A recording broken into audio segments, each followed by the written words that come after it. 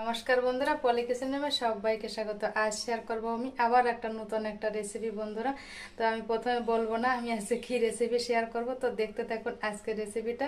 নিশ্চয়ই আপনাদের ভালো লাগবে, আর ভালো লাগলে আমার পাশে থাকবেন আর আমার চ্যানেলটি সাবস্ক্রাইব করে পাশে থাকবেন। পাশে থাকা বেল আইকন প্রেস করবেন পরবর্তী নোটিফিকেশন পাওয়ার জন্য। তাহলে বন্ধুরা কথা না বলে চলুন দেখে নেওয়া যাক আজকের রেসিপিটা।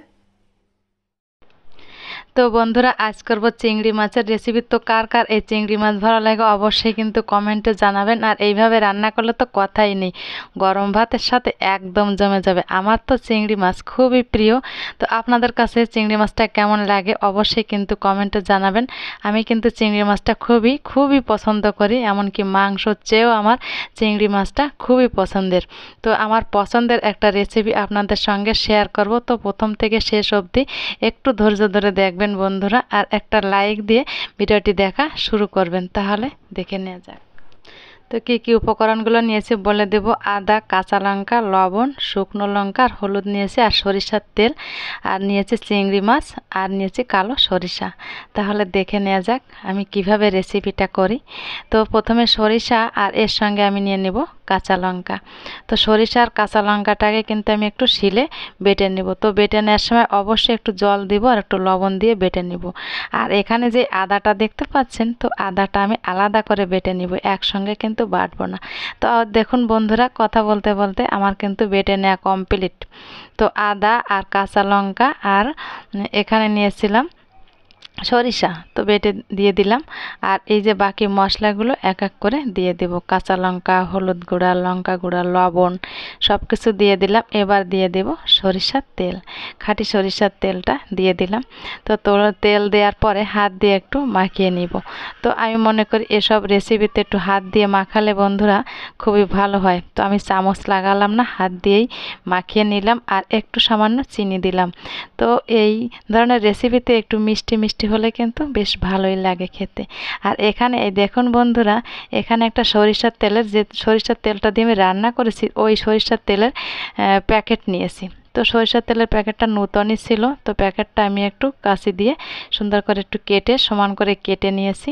তো এই সরিষার তেলের প্যাকেটেই হবে আজকের রান্না। তো দেখতে থাকুন বন্ধুরা, অবশ্যই আপনাদের ভালো লাগবে। আর ভালো লাগলে প্লিজ বন্ধুরা কমেন্ট করবেন কেমন হলো আমার রান্নাটা।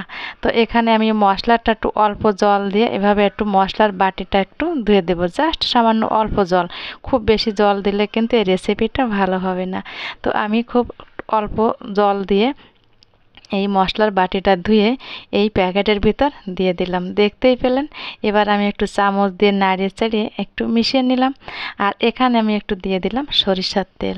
ওই সরিষার তেল 1 চামচের মতন সরিষার তেল আমি দিয়ে দিলাম। তো সরিষার তেলটা দিয়ে আবারও আমি একটু কিন্তু চামচ দিয়ে একটু মিশিয়ে নিলাম। এবার এই প্যাকেটটাকে বন্ধুরা সুন্দর করে বেঁধে দিতে হবে, যাতে কোনোভাবে প্যাকেটের মুখটা খুলে না যায়। তো দেখুন আমি কিভাবে মুখটা বেঁধে নিচ্ছি। তো এভাবে একটু বেঁধে নেবেন আপনারা যদি এই রেসিপিটা করেন। অবশ্যই বাড়িতে একবার হলেও এই রেসিপিটা করবেন, দেখবেন দারুণ একটা টেস্ট কিন্তু খেতে। এটা কোনো রকম কোনো কষানো হবে না আজকের রেসিপিটা, দেখতে থাকুন। তো এবার আমি এই কড়াইয়ে একটু জলটা গরম করতে দিয়েছিলাম, ঢাকনা দিয়ে ঢেকে রেখেছিলাম। তো ঢাকনাটা তুলে নিয়ে এবার আমি চিংড়ি মাছের ওই মিশ্রণটা দিয়ে দিলাম, মানে প্যাকেটটা দিয়ে একটু ঢেকে রেখেছিলাম 5 মিনিটের মতন। আমি কিন্তু এটাকে জ্বালিয়ে নিয়েছি। তো জ্বালিয়ে নিয়ে এবার আমি ঢাকনাটা তুলে এবার একটু উল্টে দিতে হবে, কারণ ওই পিঠটা তো হয়নি ঠিকঠাক মতন। উল্টে দিয়ে আমি ঢাকনা দিয়ে আবারও 5 মিনিট কিন্তু জ্বালিয়ে নেব, জাস্ট এপিট উপিট করে 10 মিনিট কিন্তু অবশ্যই কিন্তু একটু জ্বালিয়ে নিতে হবে। তো আবারও 5 মিনিট পর জ্বালিয়ে ঢাকনাটাকে আবারও তুলে আবার একটু উল্টে পাল্টে নেড়ে চেড়ে দিলাম, যাতে এই চিংড়ি মাছের এই রেসিপিটা খুব ভালোভাবে ভাপানো হয়। তো বন্ধুরা, টোটাল এটাকে আমি 10 মিনিটের মতন জ্বালিয়ে এবার গ্যাসটাকে কিন্তু বন্ধ করে আরও 5 মিনিটের জন্য এই গরম জলের ভিতর এটাকে আমি ঢেকে রাখবো। তো এবার 5 মিনিট পর আবার ঢাকনাটাকে তুলে নিলাম। এবার আমি এই রেসিপিটাকে একটা গামলায় নামিয়ে নিব। অবশ্যই গরম আছে, তো এটাকে একটু ঠান্ডা করে নিতে হবে। তো নামিয়ে এটাকে আমি একটু ঠান্ডা করে নিব। ফিরে আসছি আরও 5 মিনিট পর। তো দেখতে থাকুন। তো 5 মিনিট পর ফিরে আসলাম বন্ধুরা। এটা কিন্তু একটু ঠান্ডা হয়েছে। এবার আমি হাত দিয়ে যে বেঁধে রেখেছিলাম ওটাই কিন্তু খুলে নিতে হবে।